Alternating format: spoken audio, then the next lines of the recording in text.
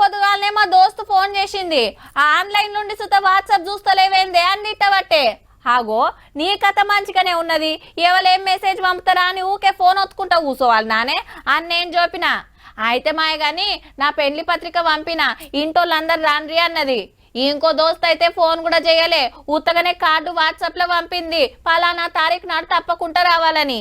ఏం చేస్తాం, జమానా అట్లుంది మరి. కానీ వీళ్ళు పెళ్లికి ఎట్లా పిలుస్తుండ్రో చూస్తే పక్కా పరిశాన్ అవుతారుల్లా.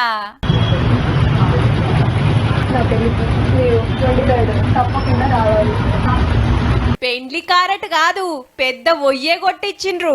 మొత్తం 32 కమ్మలు.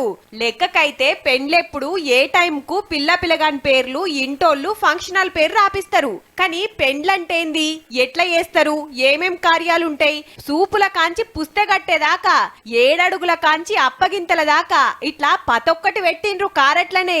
జగిత్యాల బిడ్డ పెండ్లికి గీ కాక కొట్టించిండు ఎరేటి పెండ్లి కారట్. యువతకు తెలియకుండా అయిపోతుంది. పెళ్లికి వస్తే కేవలం విందులు వినోదాలు లాగానే ఆనందిస్తున్నారు, కానీ పెళ్లి అర్థాలు తెలియకుండా పోతున్నాయి. కాబట్టి దాని కొరకంటూ అప్పట్లా 5 ఒద్దులు పెండ్లి ఎట్లా చేసేది ఎరక చేస్తానికి గీ ఉపాయం చేస్తే పెండ్లి పిల్లది చిన్న సంబురం కాదు.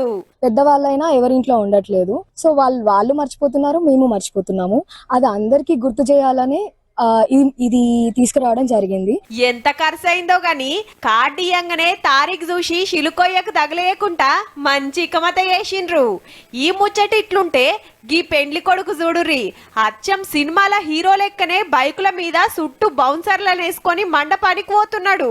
అందరి లెక్క మండపానికి వస్తే ఏరేటి ఏముందని బైకుల మీద వచ్చి 3 ముళ్ళేసి సోషల్ మీడియాలో వీడియో పెడితే చూసిన వాళ్ళంతా దీవెనార్తి పెడుతున్నారు.